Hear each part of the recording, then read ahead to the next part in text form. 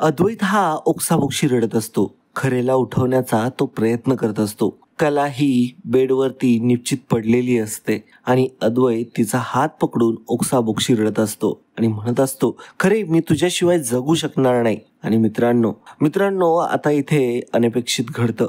Doctor तिथे आलेले असतात आणि मात्र आता कला ही तशीच बेशुद्ध अवस्थेत पडलेली असते. डॉक्टर म्हणतात की सगळं काही देवाच्या हातात आहे. त्यावेळेस मात्र अद्वैत अजूनच हादरून गेलेला असतो. डॉक्टर निघून गेल्यानंतर अद्वैत पुन्हा आता कलाच्या हातात हात घेऊन रडू लागतो आणि कला तशीच जागी होते. आणि मित्रांनो आता मात्र अद्वैतला फार काळजी असते. नेमकं झालंय तरी काय, का बरं ती इतक्या लेवलची आजारी पडली. याच्यासाठी डॉक्टर देखील म्हटलेले असतात की यांना कसली तरी सिव्हिअर ॲलर्जी झालेली आहे.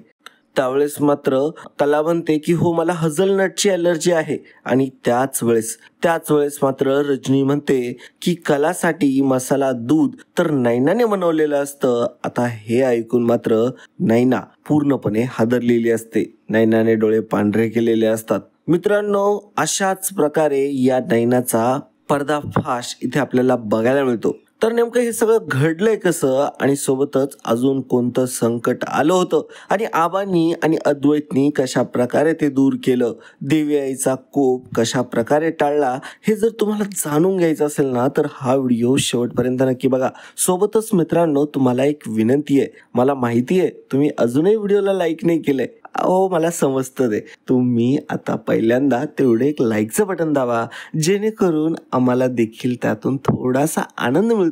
ते सगळं फ्री असतं हो, परंतु आम्हाला त्यातून नवनवीन व्हिडिओ बनवण्याची प्रेरणा मात्र त्यातून मिळते हे नक्कीच. आणि सोबतच चॅनलला सबस्क्राईब देखील करा. तर मित्रांनो आपण आजच्या व्हिडिओला सुरुवात करूया. आबा हे गुडघ्यावरती बसलेले असतात. हात जोडून त्या जोगिनी समोर भीक मागत असतात. म्हणत असतात की शापातून मुक्तता होण्यासाठी मी काय करू शकतो. अगदी स्वतःचे प्राण जरी द्यायची वेळ आली तरी मी ते देऊ शकतो.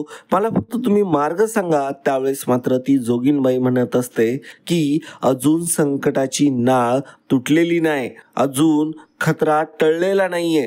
तेव्हा मात्र आबा आणि अद्वैत दोघेही हादरलेले असतात. आता इकडे दुसरीकडे नैनाने मात्र तिचं कारस्थान पूर्णपणे शिजवलेलं असतं. म्हणजेच तिने मसाला दूध करण्याचं सगळं प्रिपरेशन केलेलं असतं. ती किचन मध्येच असते आणि ती आता तो मसाला कुटत असते. आता मात्र तितक्यातच आता ती जेव्हा ते मसाला दूध बनवत असते त्याच वेळेस मात्र तिथे रजनी आलेली असते. आणि रजनीने आता मात्र नैनाला किचन मध्ये काहीतरी करताना बघितलेलं असतं. तेव्हा मात्र आता रजनी म्हणत असते की काय ग तू लई सकाळी सकाळी या किचन मध्ये काय करते नेमकं. आता साहजिकच आहे नैना मात्र रजनीला कधीही किचन मध्ये दिसत नसते आणि आज तिला पाहून मात्र रजनीला जरा विशेष वाटलेलं असतं. तेव्हा मात्र रजनी तिला विचारत असते काय करतेस तू इथे किचन मध्ये. तेव्हा मात्र आता नैना म्हणत असते की काही नाही, मी आले होते कलासाठी जरा मसाला दूध बनवावं म्हटलं. रोज चहा पिऊन जरा बोर झाली असेल ना म्हणून म्हटलं आज जरा मसाला दूध देऊया. रजनी म्हणते की नाही म्हणजे तू बहिणीसाठी सकाळी लवकर उठून हे सगळं करते ना हे बघून मला जरा चांगलं वाटलं. आता मात्र नैना पुटपुटते आणि म्हणते की तिच्यासाठी कोण उठतंय. रजनी म्हणते की काय. तेव्हा नैना म्हणते की अहो काही नाही ते काय आहे ना आम्ही लवकर उठले आणि मला जरा एका कार्यक्रमाला जायचं होतं तर म्हटलं चला बनवूयात मसाला दूध पण. तेव्हा रजनी म्हणत असते की चल मग मी तुला मदत करते.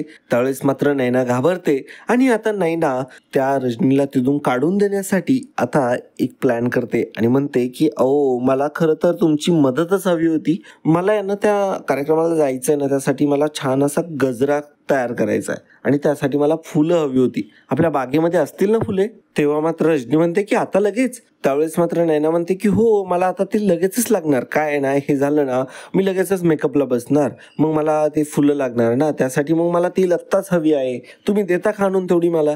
त्यावेळेस मात्र रजनी म्हणते की बरं चला ठीक आहे. आता रजनी जशी तिथून बाजूला जाते तशी लगेच नैना त्या डबीतलं ते ब्राझील नटची जी पावडर असते ती आता तिने मसाल्यामध्ये मिक्स केलेली असते आणि ती लगेचच तिने त्या मसाला दुधात ऍड केलेली असते. आणि दुधामध्ये जेव्हा ती ऍड करते हे सगळं त्याच वेळी तिचा 50% प्लॅन हा कम्प्लीट झालेला असतो. आता ती लगेचच सुवर्णाला ती काम सांगते आणि ते जे दूध आहे मसाला दूध ते कलाला नेऊन द्यायला सांगते. सुवर्णा ते दूध घेते आणि ती आता कलाला देण्यासाठी निघालेलीच असते. आणि तितक्यातच वाटेत सरोज भेटते आणि सरोज म्हणत असते की कुठे चालली आहेस तू नेमकी. त्यावेळेस मात्र सुवर्णा म्हणते की कलाताईकडे, कलाताईला हे मसाला दूध द्यायला चालली आहे. त्यावेळेस मात्र सरोज म्हणते की बरं झालं, काहीतरी वेगळं गेलं, चल माझ्याकडे दे हे, बरं मी जाऊन देऊन येते. आणि आता ही गोष्ट बघितलेली असते नैनाने आणि नैना म्हणत असते की अरे बापरे, सरोज मॅडम मसाला दूध घेऊन गेलाय, म्हणजे आता होणार डबल धमाका, एका दगडात दोन पक्षी. जेव्हा की हे कला दूध पेईल ना तेव्हा मात्र कलाला प्रचंड त्रास होणार. कला आता तू बघच, आता मी तुझी काय अवस्था करते. सरोज ही कलासाठी दूध घेऊन आलेली असते. कला बेडवरती तशीच पडलेली असते.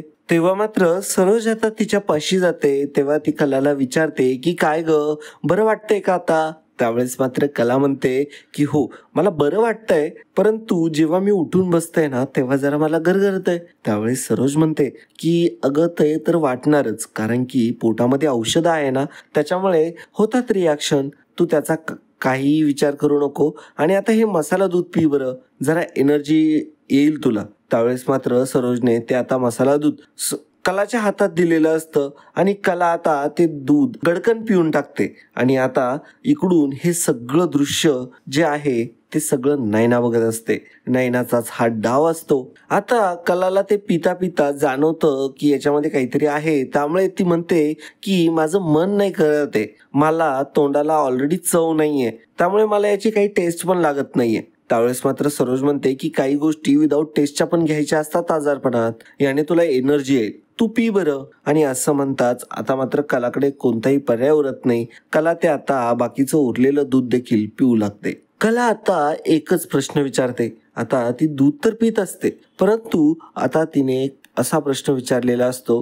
त्यावेळेस मात्र आता सरोजला काय बोलावं तेही कळत नसतं. तिने विचारलेलं असतं की सरोज मॅडम, चांदेकर कुठे आहे. आता मात्र सरोज सत्य काय घडलंय हे सांगत नाही आणि म्हणते की अगं तो कामासाठी गेलाय बाहेर, येईल तो लगेच. आता मात्र हे सगळं दृश्य बघून नैनाला प्रचंड आनंद होत असतो. बाहेरून डोकावून ते हे सगळं दृश्य बघत असते. कला आता पुढचा एक प्रश्न विचारते, आणि आबा कुठे आणि त्यांची तब्येत कशी आहे आता, त्यांना बरं वाटतंय ना आता. खरं तर मला त्यांच्यापाशी खाली जाऊन बसून गप्पा मारायच्या होत्या, पण मला आता अंथरुणातून उठवतही नाहीये. तेव्हा सरोज म्हणते की अगं अंथरुणातच आहे आणि तुला एवढं सगळं करायचंय तर त्याआधी तू बरी तर हो, दूध घे तेवढं पिऊन बरं. आता सरोजने स्वतः ते दूध पाजलेलं असतं कलाला आणि नैनाने हे सगळं बघितलेलं असतं. ते बघून तर तिचा चांगलाच हाशा पिकलेला असतो. आता मात्र कला ते सगळं जेव्हा दूध पिते त्यावेळेस मात्र सरोज तिथून जायला निघते आणि म्हणते जर काही लागलं ना तर मला आवाज दे. आता मात्र सरोज ते दूध देऊन खाली जाणारच असते, परंतु कला आता मात्र हुंदक्या द्यायला सुरुवात करते. कलाचा आवाज देखील येत नसतो. कलावरती चांगली जबरदस्त रिॲक्शन झालेली असते. कलाला ब्राझील नटची ॲलर्जी तर असतेच आणि त्यामुळे आता तिला खूप जास्त त्रास व्हायला सुरुवात झालेली असते. आता सरोज देखील फार घाबरलेली असते. सरोज मागे वळते तर बघते तर काय, कला आता वेगवेगळ्या प्रकारचे आता तिला त्रास व्हायला सुरुवात झालेली आहे आणि ती आता हुंदक्या द्यायला लागली आहे आणि अशा कशा तरी प्रकारच्या त्या हुंदक्या देते. त्यावेळेस मात्र आता सरोज सुद्धा घाबरलेली असते. आता कलाचा श्वास गुदमरू लागतो. कला हातावारे करून म्हणत असते की सरोज मॅडम, आणि आता तिला काही एक शब्दही कंठातून फुटत नसतो. सरोज आता तिची काळजी करू लागते. कला विचित्र प्रकारे आता डायरेक्टली उलटी पालटी होत असते. ती बेडवरतीच आता खूप जास्त त्रास सहन करू लागते, कारण की तिला जबरदस्त अशी सिव्हिअर प्रकारची एलर्जी झालेली असते. आता मात्र तिथे सरोज असते, ती मोठमोठ्याने आरडाओरड करू लागते आणि म्हणत असते की कलाला काय झालंय, लवकर बघायला या. सोहम, रजनी असं सर्वांना हाका मारत असते. तेवढ्यातच तिथेच लपलेली नैना हे दृश्य तर बघतच असते ऑलरेडी, परंतु परत पळत येण्याचं नाटक करते आणि आता ती म्हणत असते की काय झालं.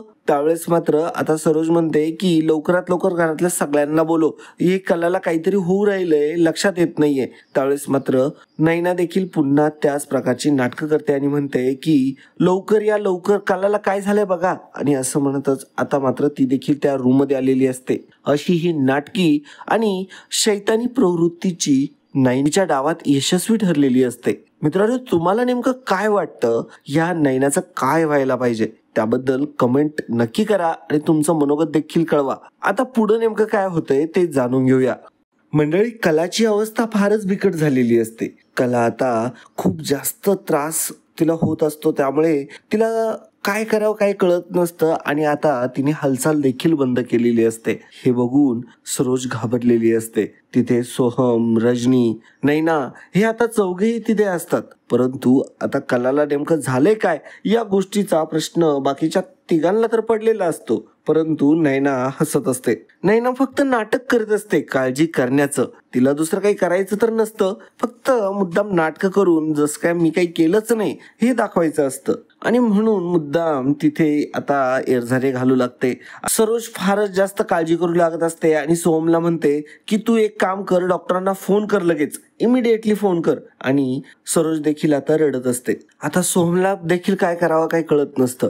सोहम फोनवरती रडत रडतच डॉक्टरांना म्हणत असतो की डॉक्टर माझी कलावहिनी बेशुद्ध पडलीये, काय करायचं सांगा ना पटकन, मी काय करू आता. त्यावेळेस मात्र डॉक्टर म्हणतात की मी ॲम्ब्युलन्स पाठवतो, लवकरात लवकर आपल्याला हॉस्पिटलाइज करावं लागेल त्यांना. त्यावेळेस मात्र आता लगेचच सोहम म्हणतो की डॉक्टर ॲम्ब्युलन्स पाठवताय, कलावहिनीला लगेच हॉस्पिटलमध्ये घेऊन जावं लागणार आहे. आणि मग सोहम लगेच दुसरा फोन जो लावतो अद्वैतला आता त्याने फोन लावलेला असतो. तेव्हा अद्वैतने जेव्हा तो फोन उचललेला असतो तेव्हा सोहम म्हणत असतो की हॅलो दादा, कुठे? अरे कलावहिनीची तब्येत फार बिघडली आहे, आम्ही तातडीने तिला हॉस्पिटलमध्ये ऍडमिट करतोय, डॉक्टर लगेच आता ॲम्ब्युलन्स पाठवू राहिलेत, आता तू जिथे असशील ना तिथून लवकर इकडे ये परत प्लीज. अद्वैतला आता ही गोष्ट ऐकून आता डायरेक्टली हादरा बसलेला असतो. तो जाग्यावरती हादरून बाजूला असलेल्या भिंतीवरती आता कोसळलेला असतो. एकीकडे आबा गुडघ्यावरती बसून जोगिनीकडे जीवाची भीक मागत असतात, घराच्या कुटुंबाचं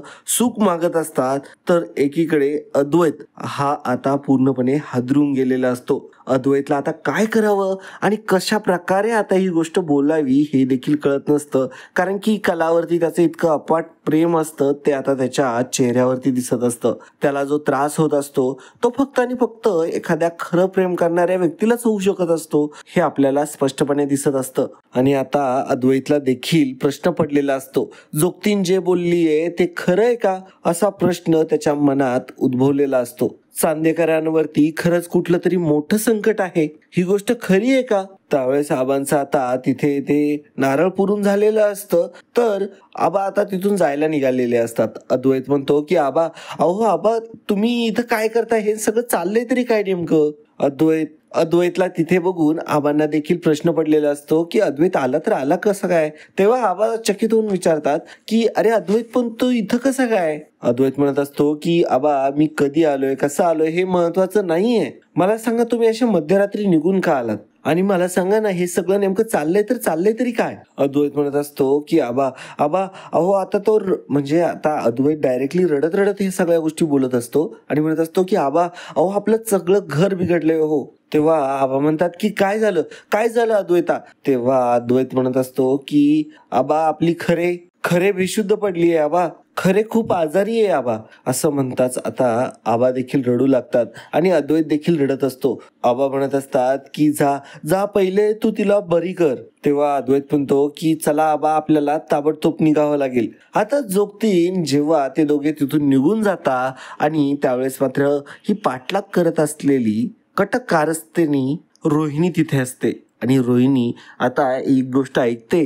ती जोगतीन जेव्हा ते दोघे गेलेले असतात तेव्हा म्हणते, देवी आई पाव, घरातल्या लक्ष्मीवरती संकट आलंय, संकटाला धाव देवी आई धाव, तुझी कृपादृष्टी ठेव देवी आई, तुझी कृपादृष्टी ठेव, असं आता ती जोगतीनबाई म्हणत असते. आता मात्र रोहिणीला ते जाणून घ्यायचं असतं नेमकं जोगतीन काय बोलली होती आबांना. त्यामुळे लगेचच रोहिणी आता त्या जोगतीनबाईकडे येते आणि म्हणते की मला प्लीज तुम्ही जे आबांना सांगत होतात ना ते मला सांगा ना, मी त्यांची मुलगी आहे, मला खरंच खूप काळजी वाटते हो, म्हणून विचारते, सांगा ना माई. असं म्हणतच आता मात्र त्या जोगतीनबाईने हाताला भंडारा लावलेला असतो आणि तो रोहिणीच्या कपाळाला फासलेला असतो. आणि जोगतीन आता जे म्हणते त्याने मात्र तुम्हाला खरंच हसायला येईल. जोगतीन म्हणते, तुझ्या डोसक्यातलं भूत लवकरात लवकर उतरू दे आणि तुझी लवकर बुद्धी थाऱ्यावरती येऊ दे, असा आता आशीर्वाद त्या जोगतीने रोहिणीला दिलेला असतो.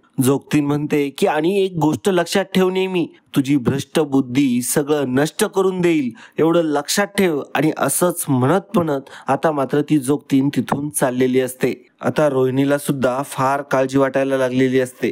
रोहिणी सुद्धा चांगलीच हादरलेली असते. इकडे दुसरीकडे कलाला सर्वांनी हॉस्पिटलमध्ये आणलेलं असतं. आता मात्र डॉक्टरांनी कलाला आता ICU विभागात नेलेलं असतं. तेव्हा सरोज म्हणत असते की डॉक्टर काहीही करा परंतु आमच्या कलाला बरं करा. डॉक्टर म्हणतात की आमच्या हातात असलेले सगळे प्रयत्न आम्ही करू, तुम्ही निश्चिंत राहा, काही होणार नाहीये तुमच्या पेशंटला, तुमचं पेशंट लवकरच ठणठणीत बरं होऊन बाहेर येईल, असं आश्वासन देत डॉक्टर आता आतमध्ये गेलेले असतात. सोबतच आता तिथे संगीता, दिनकर आणि काजू देखील आलेले असतात. त्यावेळेस संगीता काजूचा हात पिरगळत असते आणि म्हणत असते की तुला इथं का आणलं माहितीये ना, कलाची तब्येत ठीक नाहीये, ती शुद्धीवरती आल्यानंतर सगळं काही तिला नॉर्मल वाटावं म्हणून तिच्या डोळ्यासमोर जर काही नाटकं केली ना मग बघ तुझा बेत पाहिल मी, असं आता खडसावून संगीता काजूला बोलत असते. आणि चांगलंच आता काजूची हजेरी हॉस्पिटलमध्येच संगीता घेत असते. आता संगीता तिथे येते आणि सरोजला विचारू लागते की सरोज मॅडम माझ्या कलेला का बरं आणलंय हो हॉस्पिटलमध्ये, असं काय झालंय तिला. त्यावेळेस मात्र कुणीही काही बोलत नसतं, सगळे काही गप्प असतात, कारण की कुणालाच माहित नसतं की कलाला झालंय तर नेमकं काय झालंय. कलाची ही अवस्था बघून संगीता आता ओक्साबोक्शी रडायला लागते. स्वतःचं बाळ, स्वतःचं लेकरू आता बाहेर हॉस्पिटलमध्ये ICU वॉर्डमध्ये जेव्हा एखादी आई बघते तेव्हा तिच्या आईच्या काळजात काय तुटतं हे फक्त आईच जाणू. मित्रांनो, तुम्हालाही असा अनुभव आलेला असेल. आपल्या आईचं प्रेम आपल्यावरती अतोनात असतं आणि ते अनकंडिशनल प्रेम असतं. मग आपण काही चूक केलेली असू दे किंवा चूक केलेली नसू दे, आईचं प्रेम ते शेवटी आईचं प्रेम असतं. आता त्या क्षणी संगीताला सावरत रजनी म्हणत असते की तुम्ही अजिबात काळजी करू नका वहिनी, अहो काही नाही होणार आहे कलाला, सगळं काही ठीक होणार आहे, ती लवकरात लवकर बरी होऊन बाहेर येणार आहे, बरं तुम्ही अजिबात काळजी करू नका त्याची. असं म्हणतच आता संगीताला धीर देण्याचा रजनी प्रयत्न करत असते. तेवढ्यातच डॉक्टर बाहेर येतात आणि सगळे एका क्षणी विचारू लागतात की डॉक्टर काय झालंय, आमची कला बरी आहे ना. तेव्हा ते डॉक्टर म्हणत असतात की तुम्ही सगळे पहिल्यांदा शांत व्हा बरं, मला काही तुम्हाला प्रश्न विचारायचे. तेव्हा सरोज म्हणते की काय झालं डॉक्टर, मला विचारा काय प्रश्न विचारायचे. त्यावेळेस मात्र डॉक्टर म्हणतात की कला मॅडमला हा ताप किती दिवसांपासून येतोय आणि सुरुवातीचे सिम्पटम्स काय होते. सरोज सांगू लागते काय झालं ना, गणेश उत्सवाच्या टायमिंग पासून जरा तिची तब्येत जरा डाऊनच आहे. त्यावेळेस ती एका महोत्सवासाठी ती दिल्लीला गेली होती. तिकडे जाऊन जरा तिला दगदग झाली, पावसामुळे आणि शहर बदलामुळे झालं असेल कदाचित. जरा तब्येत तिकडेच बिघडली तिची. आली तेव्हा बरी होती, आल्यानंतर तिचा वाढदिवसही दणक्यात साजरा झाला आणि त्याच रात्री तिला ताप आला आणि तो ताप आता वाढतच गेला. दिलेली औषधं सुद्धा ती वेळेवरती घेत होती, परंतु तिला बेडवरून उठण्याचे त्राणही राहिले नव्हते हो डॉक्टर. आज सकाळी तिला अचानक श्वास लागायला लागला आणि चक्कर येऊन बेशुद्धच पडली. डॉक्टर, दिवस रात्र मला माझ्या कलाची काळजी आहे हो, तिला बरं करा, बाकी काही नाही. आता मात्र सरोजचं इतकं प्रेम, इतकी डिटेलिंग माहिती कलाबद्दल, इतक्या बारीक सारीक गोष्टी ह्या तिला माहितीये, ही गोष्ट जाणताच आता मात्र संगीताला खूप बरं वाटलेलं असतं. आपल्या लेकीवरती इतकी प्रेम करणारी सासू मिळाली आपल्याला, या गोष्टीने खुश होत असते संगीता. संगीताच्या डोळ्यात आता अश्रू आलेले असतात. आता कलाला फक्त सासू नव्हे तर आई देखील मिळाली आहे, या गोष्टीचा आनंद तिला होत असतो. आणि आता कला तिकडे बेडवरतीच असते आणि तिचा जीव मात्र धोक्यातच असतो. या सगळ्या गोष्टी घडत असताना देखील संगीताला एक गोष्ट बरी वाटत असते की आपल्या लेकीला आई मिळाली आहे, ना की सून. आणि असं म्हणताच आता मात्र संगीता म्हणत असते की एक वेळ अशी होती की माझ्या कलेला घरात घ्यायला सुद्धा तयार नव्हते. माझ्या कलेला कधी कला नावाने हाक सुद्धा मारली नाही. लग्नानंतर अडगळीच्या खोलीत ठेवलं यांनी. आपल्या लेकापासून सुद्धा तोडलं. तिचा तर पदोपदी अपमान केला. पण आज तिच्या या सासूबाई तिच्या तर आई झाल्या आहेत. देवी आई, अगं तू बघतेस ना हे असंच ग, आई लेकीचं नातं असंच निरंतर चालू राहू दे. एका आईला अजून काय पाहिजे. त्यावेळेस मात्र डॉक्टर म्हणत असतात की सुरुवातीलाच तुम्हाला जेव्हा सिम्पटम दिसले तेव्हाच तुम्ही मला तिला इकडे घेऊन का नाही आलात. तेव्हा सरोज म्हणत असते की अहो तुम्हाला खरं सांगू का, ऍक्च्युली फॅमिली डॉक्टर तिथे आले होते आमच्या इथे, परंतु त्यांना सुद्धा अजून काही निदान नाही झालंय.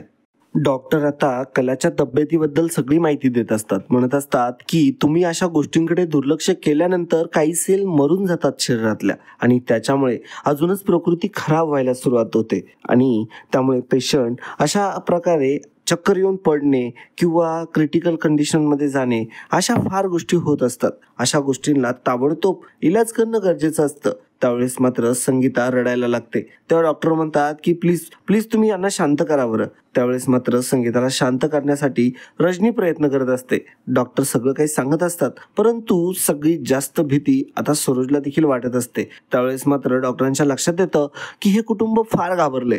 त्यावेळेस डॉक्टर म्हणतात की अहो तसं नाही, मी तुम्हाला फक्त जाणीव करून देतोय परिस्थितीची आणि ज्या गोष्टी घडताय त्या गोष्टी पारदर्शी ठेवण्याची. आणि हो, सर्वात महत्वाचं म्हणजे हर लाईफ इन डेंजर, म्हणजे तिची तब्येत इतकी नाजूक आहे की तिचा जीव सुद्धा धोक्यात आहे. आता हे ऐकून सगळ्यांच्याच पायाखालची जमीन हादरलेली असते आणि यामध्ये फक्त आणि फक्त एकाच उपटसुंबी नैना मात्र हसत असते. तिच्या चेहऱ्यावरती राक्षसी वृत्तीचं एक हसू असतं. खरंच स्वतःच्या बहिणीच्या विरोधात कुणी असं कधी वागू शकतंय? मला तर विश्वासच बसत नाहीये. स्वतःची बहीण तिचं वाटोळं व्हावं याच्यासाठी तिचा अगदी जीव का जायना त्यासाठी काही करायला तयार आहे अशी बहीण म्हणजे मला तरी विश्वास बसत नाही की अशा प्रकारचे पण लोक असतात. मंडळी, तुम्हाला काय वाटतं? तुमच्या आसपास तुम्ही असे कोणी लोक बघितले आहेत का? किंवा तुमच्या स्वतःसोबत अशी कधी घटना झाली आहे का? स्वतःचीच बहीण झाली स्वतःचीच वैरी, म्हणजे असं बघितलंय का तुम्ही? तुम्हाला कधी अशा प्रकारचा कोणता अनुभव जर आलेला असेल तर आमच्यासोबत तो शेअर करा, कमेंट करा. आता आपण पुढे काय घडतंय ना ते जरा जाणून घेऊया. आणि हो मित्रांनो, मला माहिती आहे यातल्या काही मंडळींनी अजूनही व्हिडिओला लाईक केलेलं नाहीये. आता पुढं काय जे होणार आहे ते खूप महत्वाचं आहे बरं का. खूप धमाकेदार मजा येणार आहे आणि ती जर जाणून घ्यायची असेल ना तर प्लीज तेवढ्या व्हिडिओला एक लाईक करा हो. किती वेळ लागतो त्यासाठी? एकदम 2 मिनिटाचं काम आहे. प्लीज तेवढं लवकर करा. त्यातून आम्हाला प्रोत्साहन मिळतं नवनवीन चांगले व्हिडिओ बनवण्यासाठी आणि तुमच्यापर्यंत ते लवकरात लवकर घेऊन येण्यासाठी. आता सरोज आता म्हणत असते की डॉक्टर, तुम्हाला जे करता येईल ते सगळं करा.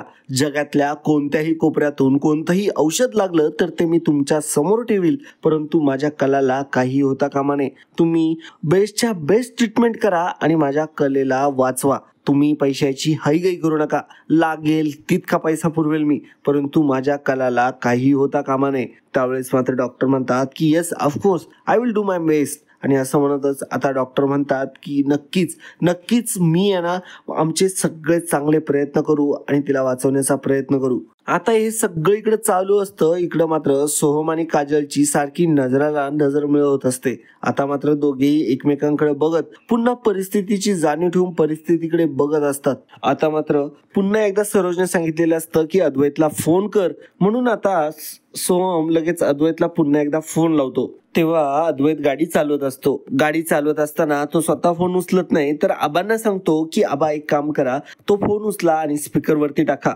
त्यावेळेसच लगेच सोहम फोनवरती जे काही सांगतो त्याने अद्वैत हादरतो. अरे तू लवकरात लवकर हॉस्पिटलमध्ये पोहोच, वहिनींची तब्येत खूप सिरियस आहे. अरे डॉक्टर म्हणत होते की सतत तिला ताप येत राहिल्यामुळे तिची तब्येत आता खूप डेंजर मध्ये. वहिनीला ना आयसीयू मध्ये ऍडमिट केले, तू लवकरात लवकर पोहोच बरं. आणि सर्वात महत्वाचं म्हणजे कला वहिनीची प्रकृती फारच गंभीर आहे. तेव्हा अद्वैत म्हणतो की सोहम प्लीज तोपर्यंत तू तिथली सगळी सिच्युएशन मॅनेज कर, मी तिथे पोहोचतोच आहे. त्यावेळेस मात्र अद्वैत फार घाबरलेला असतो.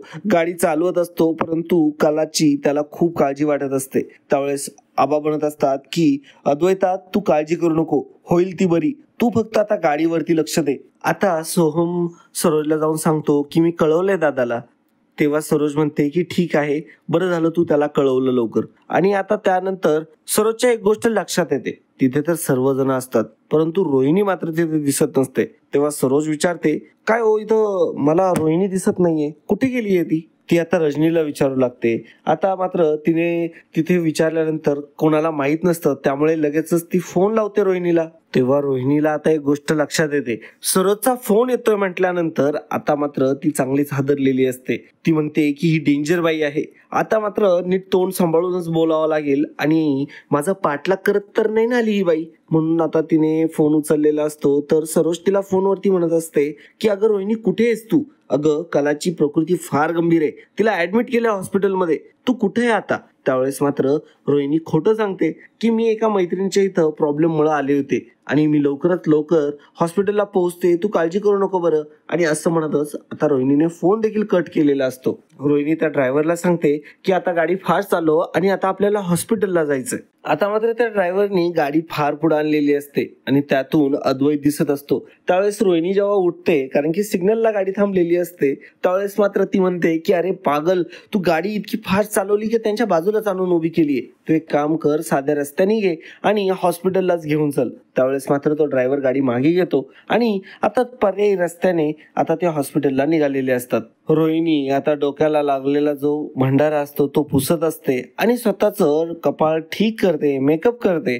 आणि आता इकडे हॉस्पिटलमध्ये सरोज मात्र काळजी करत असते. तिला फार वाईट वाटत असतं. ती संगीताचा हात हातात घेत तिला धीर देत असते आणि म्हणत असते की तुम्ही अजिबात काळजी करू नका, सगळं काही ठीक होणार आहे, आपली कला ठणठणीत होणार आहे, तुम्ही अजिबात काळजी करू नका, तुम्ही अजिबातच टेन्शन घेऊ नका, जगातल्या बेस्टच्या बेस्ट डॉक्टरांना दाखवू आपण कलाला, तुम्ही फक्त निश्चिंत व्हा, तुम्ही अजिबात काळजी करू नका. हे बघा, तुम्ही आहात, मी आहे, रजनी आहे आणि सर्वात महत्वाचं अद्वैत सारखा खंबीर नवरा तिच्या पाठीशी आहे. डॉक्टरांनी बाहेर येऊन जे सांगितलं ते तिच्या आत्ताच्या अवस्थेमुळे, तिची सध्या शुद्ध हरपलीये, तिला त्रास होतोय, त्यामुळे ही अवस्था आहे तिची. आता आपण तिला हॉस्पिटलमध्ये आणलंय ना, ट्रीटमेंटमुळे येईल तिला गुण, तुम्ही अजिबात काळजी करू नका. आता अक्षरशः सरोज स्वतः संगीताला इतक्या शांतपणे समजून सांगत असते ही गोष्ट आणि म्हणत असते की तिला नक्की बरं वाटेल, अजिबात काळजी करू नका, सावरा स्वतःला, असं म्हणतच आता मात्र संगीताला चांगला धीर दिलेला असतो सरोजने. परंतु आता इकडे आतमध्ये हॉस्पिटलमध्ये बेडवरती कला मात्र तशी शांत पडलेली असते. ती अक्षरशः एक शब्दही बोलत नसते, ती अगदी डोळाही खोलत नसते. तिला फार सिव्हिअर भयंकर त्रास होत असतो. आणि अशा प्रकारे मित्रांनो आजचा भाग इथे संपतो. आता नेमकं पुढच्या भागात काय घडणार आहे ना, हे देखील आता आपण बघून घेऊया. अद्वैत कलाला म्हणत असतो, मला हॉस्पिटलमध्ये यायला आवडत नाही, तुला चांगलं माहिती आहे ना, का बरं आलीये तू इथे? खरे मी नाही जगू शकत खरे तुझ्याशिवाय. असं म्हणताच आता कला जागी होते आणि म्हणते की चांदेकर. असं म्हणताच आता मात्र अद्वैत फार खुश होतो. अद्वैतला आता फार आनंद झालेला असतो. कलाला अक्षरशः आता शुद्ध आलेली असते. तेवढ्यातच आता सर्वजण तिथे येतात. सगळेजण आता कलाशी बोलू लागतात. आता कला ठणठणीत बरी झालेली असते. तेवढ्या डॉक्टर तिथे येतात आणि म्हणतात की यांना कसली तरी एलर्जी झालेली आहे, यांना कोणती एलर्जी आहे का? त्यावेळेस कला स्वतःच बोलते की हो, मला ब्राझील नटची एलर्जी आहे. मी आज सकाळी जे मसाला दूध प्यायले ना, मला तरी वाटते त्यात होतं ब्राझील नट. त्यावेळेस रजनी म्हणते की हो. तेव्हा ती रजनी म्हणत असते की अहो हो, ते दूध तर नैनाने तयार केलं होतं सकाळी, मी स्वतः बघितलं माझ्या डोळ्याने. असं म्हणतात आता मात्र लगेचच सगळ्यांना एक गोष्ट लक्षात आलेली असते. ते म्हणजे सर्वजण आता बघत असतात ते नैनाकडे आणि नैनाने मात्र आता डोळेच पांढरे केलेले असतात. आता मात्र मित्रांनो पुढे एक भन्नाट मज्जा येणार आहे. आता या सगळ्या गोष्टींचा उलगडा तर झालाय की नेमकं दुधामध्ये काय मिक्स कोणी केलं होतं आणि त्या कोणत्या पद्धतीने आता बाहेर येणार ते देखील बघणं फार मनोरंजक ठरणार आहे. तर मित्रांनो तुम्ही अजूनही व्हिडिओला लाईक केलेलं नसेल, कमेंट केलेलं नसेल तर तेवढं प्लीज करा. तुमच्या मनातल्या भावना देखील आमच्यापर्यंत पोहोचवा. आणि सर्वात महत्वाची आणखीन एक विनंती मित्रांनो, मला माहिती आहे तुम्ही थोडेसे डिसअपॉइंटेड आहात. आज पुन्हा माझ्या आवाजात तुम्हाला हा व्हिडिओ बघायला मिळतोय. परंतु मित्रांनो काही क्षणाचा कालावधी द्या, 1-2 दिवसांचा वेळ द्या, जेणेकरून पुन्हा त्या मॅडम आपल्या कामावरती पुन्हा परत त्यांचं काम कंटिन्यू होईल. आता काही कारणास्तव ते काम करू शकत नाहीये आणि तुम्हाला अपडेट सांगू शकत नाहीये, परंतु लवकरच त्या या प्रकारचे अपडेट पुन्हा देतील. तर मित्रांनो, लवकरच भेटूया पुढच्या भागामध्ये. जय हिंद, वंदे मातरम, जय महाराष्ट्र, धन्यवाद.